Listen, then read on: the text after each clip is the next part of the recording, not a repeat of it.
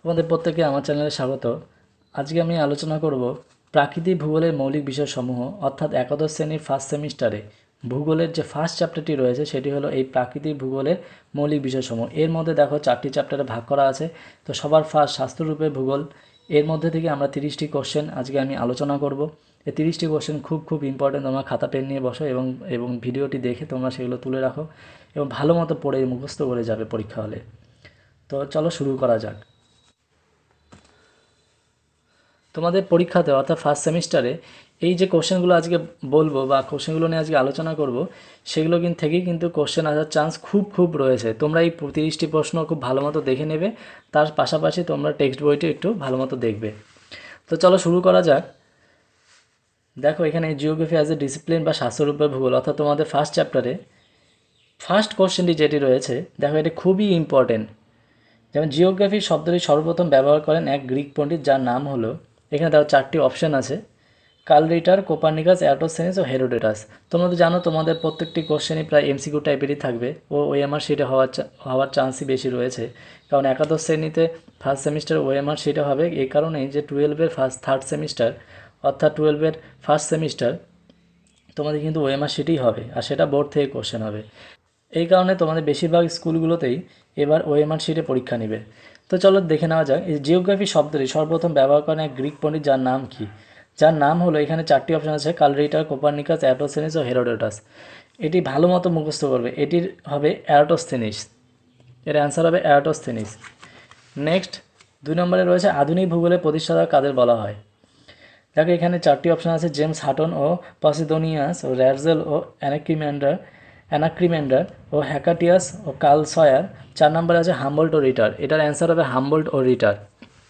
এরপর আছে 3 নম্বর কোশ্চেনটি, সাধারণ অর্থে ভূগোল কী? সাধারণ অর্থে ভূগোলের মধ্যে এখানে 4টি অপশন আছে: ভূপৃষ্ঠের বর্ণনা, জলভাগের বর্ণনা, এরপর আছে ভূ অভ্যন্তরের বর্ণনা ও পৃথিবীর বর্ণনা। এখানে অ্যান্সার হবে পৃথিবীর বর্ণনা।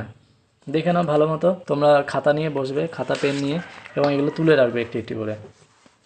নেক্সট 4 নম্বরে দেখো কী আছে, ভূগোলই হলো আদি বিজ্ঞান, এই কথাটি বলেন।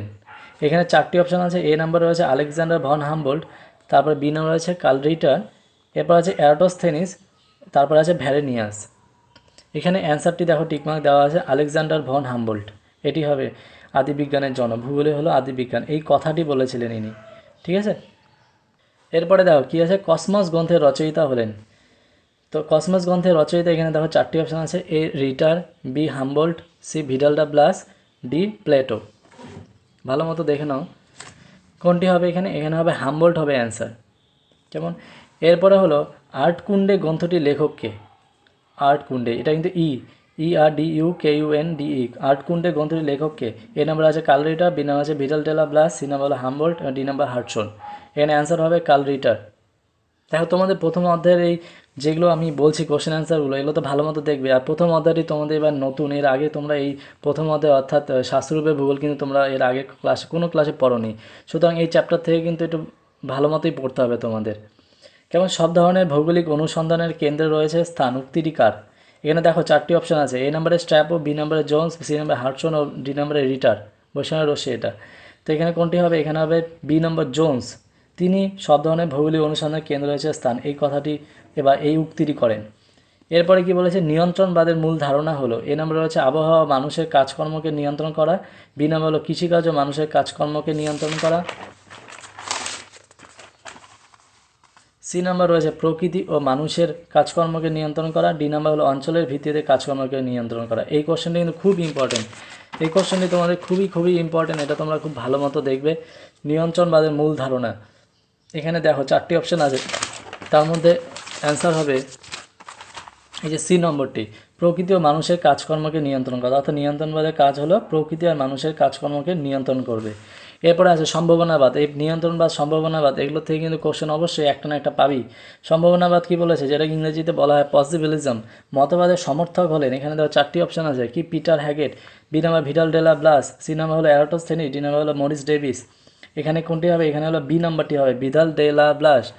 এরপরে রয়েছে ভূগোলশাস্ত্রের মুখ্য বিষয় হলো, এখানে কি আছে? ভূগোলশাস্ত্রের মুখ্য বিষয় হলো, প্রথমে আছে মানুষ, তারপর হলো পৃথিবী ও প্রকৃতি, মানুষ ও প্রকৃতি। অর্থাৎ ভূগোলশাস্ত্রের মুখ্য বিষয়টি হলো মানুষ ও প্রকৃতি সম্পর্কে আলোচনা করা। তার মানে এখানে ডি নাম্বারটি অ্যান্সার হবে। এরপরে দেখো কি বলা হয়েছে, ভূগোলে কেন, কেন কথাটির অর্থ কী। এখানে দেখো 4টি অপশন রয়েছে। এ নাম্বার হলো সম্পর্কে অনুসন্ধান ও ব্যাখ্যা, বি নাম্বার হলো বন্টন কোথায়, সি নাম্বার হলো চিহ্নিতকরণ ও শনাক্তকরণ, ডি নাম্বার হলো মানুষ ও পরিবেশের সম্পর্ক। এখানে কেন বলতে বোঝানো হয় ভূগোলে সম্পর্কে অনুসন্ধান ও ব্যাখ্যা, তার মানে এ নাম্বারটি অ্যান্সার হবে। এরপর কী আছে, 12 নম্বর কোশ্চেনটি হলো প্রাকৃতিক ও ভূগোলের সঙ্গে বিজ্ঞানের যে শাখার সম্পর্ক খুব নিবিড়, সেটি কি। প্রাকৃতিক পরিবেশে অর্থাৎ প্রাকৃতিক ভূগোলে সঙ্গে বিজ্ঞানের যে শাখার সম্পর্ক নিবিড় আছে সেটি হলো জীববিজ্ঞান, পরিবেশ বিজ্ঞান, সমাজবিজ্ঞান, ভৌতবিজ্ঞান। প্রাকৃতিক ভূগোলের মধ্যে কিন্তু এগুলো রয়েছে, তার মধ্যে প্রাকৃতিক ভূগোলের সঙ্গে বিজ্ঞানের যে শাখার সম্পর্ক নিবিড় সেটা হলো পরিবেশ বিজ্ঞানের সম্পর্ক খুব নিবিড় বলেছে। তার মানে অ্যান্সার হবে বি নম্বরটি। দেখো তোমরা এই চ্যাপ্টারের মধ্যে ভূগোলের বিভিন্ন শাখা প্রশাখা নিয়ে আলোচনা করা হয়েছিল, তো এইগুলো তোমরা ভালো মতো একটু দেখে নেবে। এগুলো কিন্তু খুব ইম্পর্টেন্ট কোশ্চেন, এখান থেকে কোশ্চেন আসবেই, মিনিমাম 3-4টা কোশ্চেন এই চ্যাপ্টার থেকে তোমরা পাবে। এবার কি প্রণালীবদ্ধ ভূগোলের জনককে, প্রণালীবদ্ধ ভূগোলের জনক যেমন বলা হয়েছে, A number Alexander von Humboldt, B number হচ্ছে র্যাটজেল, সি নাম্বার হচ্ছে স্ট্র্যাবো এবং ডি নাম্বার রিটার। এখানে অ্যান্সার হবে আলেকজান্ডার, অর্থাৎ প্রণালীবদ্ধ ভূগোলের জনক। তো এখানে দেখো প্রণালীবদ্ধ ভূগোল বললাম, সম্ভাবনাবাদ এবং নিয়ন্ত্রণবাদ, এগুলো থেকে কিন্তু কোশ্চেন পাবেই। প্রণালীবদ্ধ ভূগোলের জনক হলো আলেকজান্ডার ভন হামবোল্ট। এরপরে কি বলে যে আঞ্চলিক ভূগোলের জনক, খুব ইম্পর্টেন্ট, আঞ্চলিক ভূগোলের জনক বলা হয়, এখানে কি বলেছে রিচার্ড হাডসন, ভ্যারেনিয়াস এবং জেমস হাটন এবং ফ্রেডরিক রাজ্জেল। এখানে অ্যান্সার হবে ভ্যারেনিয়াস। তো এরকম বিভিন্ন রকম ভূগোলের জনককে বা বিভিন্ন রকম প্রণালীবদ্ধ ভূগোল বা নিয়ন্ত্রণ বা সম্ভাবনাবাদ, এই সমস্ত বিষয়গুলো থেকে কিন্তু কোশ্চেন পাবেই তোমরা। এরপর কী হচ্ছে, প্রথম মানচিত্র অভিক্ষেপ কে তৈরি করেন। এর আগে আমরা মানচিত্র অভিক্ষেপ কীভাবে করতে হয় অর্থাৎ প্র্যাকটিক্যালে রয়েছে মানচিত্র অভিক্ষেপ। তো প্র্যাকটিক্যাল পোর্শনে যখন মানচিত্র অভিক্ষেপ আমরা করেছিলাম, তো সেই মানচিত্র অভিক্ষেপ প্রথম কে তৈরি করেন, সেটা তৈরি করেন কে, এখানে প্রথম বলেছে এ নম্বর হামবোল্ট, তারপর রয়েছে এমরিস জোন, স্ট্র্যাবো এবং ডি নম্বর রয়েছে টলেমি। যে পৃথিবীর মানচিত্র তৈরি করেন, অ্যান্সার হবে টলেমি। এনাকে পৃথিবীর মানচিত্র তৈরি করার স্রষ্টাও বলা হয় টলেমিকে। এরপর বলছে ভূগোলে মানচিত্র অঙ্কন পদ্ধতি যে নামে পরিচিত, সেটি কি GIS, GPS, cartography, remote sensing. অর্থাৎ ভূগোলে বা ভূগোলের প্র্যাকটিক্যালে পোর্শনে তোমাদের এই মানচিত্র অঙ্কনের আলাদা একটা পার্ট আছে, তোমরা এটা হায়ার এডুকেশন যখন করবে তখন পাবে, সেটাকে বলা হয় ভূগোলের ভাষায় কার্টোগ্রাফি। তো অ্যান্সার হবে কি কার্টোগ্রাফি, অ্যান্সার হবে কার্টোগ্রাফি। এখানে ভুল করে ডি নাম্বারে টিক মারা আছে, এটা হবে সি নম্বর কার্টোগ্রাফি। এরপর কী বলেছে জিআইএস অর্থাৎ জিওগ্রাফি ইনফরমেশন সিস্টেম, এর মাধ্যমে কাজের প্রথম পর্যায়টি কি। কাজের প্রথম পর্যায়টি এখানে দেওয়া লেখা আছে সংরক্ষণ করা, নিরীক্ষণ করা, তথ্য সংগ্রহ, বিশ্লেষণ করা। তার মানে জিআইএস জিওগ্রাফিক্যাল ইনফরমেশন সিস্টেম এর মূল কাজ হলো তথ্য সংগ্রহ করা। এর মূল কাজই হলো যে বিভিন্ন রকম তথ্যকে সংগ্রহ করবে, তারপরে সেটাকে নিরীক্ষণ করবে, সুতরাং এর কাজ হলো অ্যান্সার হবে তথ্য সংগ্রহ। কী বলেছে এদের মধ্যে প্রাকৃতিক ভূগোলের শাখাটি কোনটি। আমি বলেছি ভূগোলের বিভিন্ন শাখা রয়েছে, সেই শাখাগুলো কিন্তু তোমরা অবশ্যই একটু টেক্সট বইটা পড়বে, আর এখান থেকে কিন্তু প্রশ্ন অবশ্যই আসবে। আর আমি যেগুলো দিয়েছি এগুলোকে তোমরা খাতা পেন নিয়ে বসে এগুলোকে তুলে নাও। এদের মধ্যে প্রাকৃতিক ভূগোলের শাখা কোনটি বলেছে, সাংস্কৃতিক ভূগোল, কি জলবিদ্যা, ভূগোল দর্শন এবং জনবসতি ভূগোল। জনবসতি ভূগোল হবে না, ভূগোল দর্শনও হবে না, এটা ফিলোসফিক্যাল জিওগ্রাফি বলা হয়, এটাকে বলা হয় সেটেলমেন্ট জিওগ্রাফি বা জনবসতি ভূগোল। এরপর কী বলছে সাংস্কৃতিক ভূগোল, কালচারাল জিওগ্রাফি, এটাও নয়। তো অ্যান্সার হবে কি জলবিদ্যা। তো এটি হবে এই প্রাকৃতিক ভূগোলের শাখা। নিচের কোনটি ভূগোল শাস্ত্রের শাখা নয় বলেছে, শাখা নয় কোনটি, জলবায়ুবিদ্যা অবশ্যই ভূগোলের শাখা, ভূমিরূপবিদ্যা এটাও ভূগোলের শাখা, জলবিজ্ঞান এটা শাখা, নৃতত্ত্ববিদ্যা এটা কিন্তু ভূগোলের শাখা নয়, অর্থাৎ অ্যানথ্রোপোলজি। এরপরে কী বলছে নিচের কোনটি সামাজিক ভূগোলের বিষয় নয়, সোশ্যাল জিওগ্রাফির অংশ নয় কোনটি, মৃত্তিকা ক্ষয় এটা না, হবে না, আচরণ, পণপ্রথা এবং প্রতিযোগিতা। তো এইটি হলো এর অ্যান্সার হবে, মানে নিচে কোনো সামাজিক ভূগোলের বিষয় না, সামাজিক ভূগোলের মধ্যে এগুলো সব পড়বে, কিন্তু শুধুমাত্র প্রতিযোগিতা এটা পড়বে না। ভূমিরূপবিদ্যার জনককে, দেখো এটি খুব ইম্পর্টেন্ট কোশ্চেন, ভূমিরূপবিদ্যার জনক। যে ভূমিরূপবিদ্যার জনক হলে মরিস ডেভিস, আর্থার হোমস এবং কী বলেছে জেমস এবং রিচার্ড বার্ড। অ্যান্সার হবে মরিস ডেভিস। দেখো 21টি কোশ্চেন হয়ে গেল, তোমরা অবশ্যই এই প্রশ্ন অ্যান্সারগুলো কিন্তু ভালো মতো লিখে রাখবে। নদীর ক্ষয়কাজ যে ভূগোলের আলোচ্য বিষয়, মানে নদীর যে বিভিন্ন রকম ক্ষয়কাজ করে বা হিমবাহ ক্ষয়কাজ করে, এই যে বিষয়গুলো এগুলো যে ভূগোলে আলোচ্য বিষয়। তো ভূগোলের বিভিন্ন শাখা আছে, তো এর মধ্যে কোনটি হবে, যেমন ভূমিরূপ বিদ্যার মধ্যে পড়বে নাকি মৃত্তিকা ভূগোল, জলবায়ু ভূগোল না মানবীয় ভূগোল।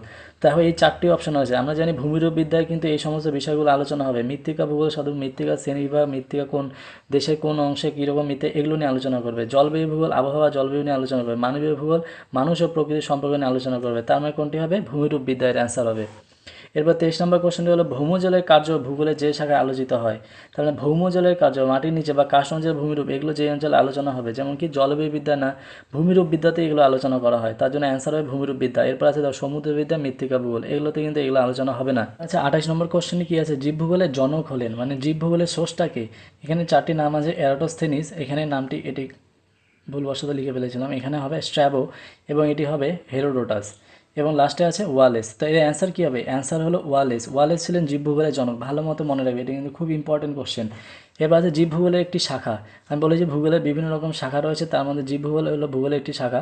তো এই জীবভূগোলের মধ্যে কোন বিষয়টি আলোচনা করা হয়, এটা কোশ্চেনের মানে কিন্তু এটি যে জীবভূগোলের একটি শাখা হলো ভূমিরূপ বিদ্যা, কখনোই না। এরপর কি বলছে, মানবীয় বাস্তুবিদ্যা, এবং বলছে রাজনৈতিক ভূগোল এবং গাণিতিক ভূগোল। তো এগুলোর মধ্যে অ্যান্সার হবে মানবীয় বাস্তুবিদ্যা, কারণ এখানেই এই জীবভূগোল নিয়ে আলোচনা করা হয়, বিভিন্ন রকম জীবজন্তু বা বিভিন্ন রকম মানুষের বিভিন্ন রকম পরিবেশ, এগুলো নিয়ে এখানে আলোচনা করা হবে। তো কোন পরিবেশে কোন কী রকম জীব বসবাস করে, মানে এই সব বিষয়গুলো। তো জীবভূগোলের একটি শাখা হলো মানবীয় বাস্তুবিদ্যা, ভালো মতো মনে রাখবে। এরপর নেক্সট কোশ্চেন হলো, দেখো এখানে এই কোশ্চেনের কিন্তু একটি প্যাটার্ন আমি এখানে তুলে ধরেছি। দেখো এই টাইপেরও কিন্তু তোমাদের প্রশ্ন আসবে, যে ভূগোল ব্যাখ্যায় সংখ্যাতত্ত্ব গণিতের ব্যাপক প্রচলন ঘটে, যা শূন্যস্থান দেওয়া আছে, ভালো মতো দেখো এখানে শূন্যস্থান দেওয়া আছে ড্যাশ নামে পরিচিত, মানে ভূগোল ব্যাখ্যায় সংখ্যাতত্ত্ব গণিতের ব্যাপক প্রচলন ঘটে যা ড্যাশ নামে পরিচিত। এবার ড্যাশটার মধ্যে কোনটি অ্যান্সার হবে, এখানে 4টি অপশন দেওয়া আছে, তাহলে এই ড্যাশটার মধ্যে যে অ্যান্সারটি হবে সেটি এখান থেকে টিকমার্ক দিতে হবে। তো এখানে কি হবে, এ নাম্বার আছে গণিতবিদ্যা, বি নাম্বার আছে সংখ্যা বিপ্লব, 3 নম্বর আছে মাতৃক বিপ্লব, ডি নাম্বার রয়েছে কি মানব বিপ্লব। তো অ্যান্সার হবে সি নম্বর মাতৃক বিপ্লব, এটি হবে অ্যান্সার। এরপরে দেখো এগুলো কিন্তু প্যাটার্ন আমি দিয়েছি, হ্যাঁ, যে এই প্যাটার্নে কোশ্চেন থাকবে তোমাদের পরীক্ষাতে, মানে ক্লাস 12ও এরকম থাকবে, 11ও এরকম থাকতে পারে। সুতরাং এইরকম প্রশ্ন অ্যান্সার তোমরা অ্যাভয়েড করো না, এরকম ভালো মতো দেখে নাও প্রশ্ন অ্যান্সার, সব রকম প্রশ্ন প্যাটার্ন তোমাদের দেওয়া হয়েছে। এবার কী বলছে, প্রাকৃতিক ভূগোল এবং এখানে আছে মানবীয় ভূগোল, অর্থাৎ এই বৃত্তটি হলো মানবীয় ভূগোলের, এই বৃত্তটি হলো প্রাকৃতিক ভূগোল, মানে এই দুটোর মিলনে বা এই দুটোর সংযোগস্থলে কী ভূগোল থাকবে। এখানে অ্যান্সার আছে নিম্নলিখিত কোন বিকল্পটি প্রশ্নসূচক স্থানে বসে, মানে এই যে এই দেখো এই দুটোর এই যে সংযোগ স্থানটি, এখানে কোন ভূগোলটি হবে। এখানে দেওয়া আছে অর্থনৈতিক ভূগোল হবে, জীব ভূগোল না পরিবেশ ভূগোল না সামাজিক ভূগোল, তার মানে কি পরিবেশ ভূগোল। পরিবেশ ভূগোল এটি এমন ভূগোল যেখানে প্রাকৃতিক ভূগোল ও মানবিক ভূগোল দুটোর সংযোগ করা হয়েছে, তা পরিবেশ ভূগোল হবে। এরপরে বলেছে নবনিয়ন্ত্রণবাদ বা নিও ডিটারমিনিজম, খুব ইম্পর্টেন্ট কোশ্চেন এটি। নবনিয়ন্ত্রণবাদের মতের প্রবক্তা ছিলেন নিচে যে ভৌগোলিক, এখানে কে আছে, এ নম্বর আছে এলসওয়ার্থ হান্টিংটন, বি নম্বর আছে ভিডাল দেলা ব্লাস, সি নম্বর আছে এলেন চার্চিল স্যাম্পেল, ডি নম্বর আছে ডি অনুচিন। তো এখানে অ্যান্সার হবে ডি অনুচিন, ডি নম্বরটি। দেখো 29 নম্বর আছে প্যারাডিম বা প্যারাডিজমের সাথে সম্পর্কযুক্ত হলো কোন বিষয়টি, প্রাকৃতিক ভূগোল, আঞ্চলিক ভূগোল, মানবীয় ভূগোল, প্রণালীবদ্ধ ভূগোল। এখানে অ্যান্সার আছে কি বি নম্বর বা আঞ্চলিক ভূগোলটি হবে এর অ্যান্সার। এরপরে 30 নম্বর লাস্ট প্রশ্ন, দেখো ভালো মতো, জিওগ্রাফিয়া বইটি যার লেখা তিনি হলেন, এ নাম আছে হ্যাকাটিয়াস, বি নাম হলো স্ট্র্যাবো, সি নাম হলো কার্লেটা, ডি নাম হলো টলেমি। এখানে অ্যান্সার হবে জিওগ্রাফিয়া বইটি যার লেখা, মানে জিওগ্রাফিয়া বুকটি যে লিখেছিল তার অ্যান্সার হলো কি টলেমি। টলেমি হলেন জিওগ্রাফিয়া বইটির লেখক।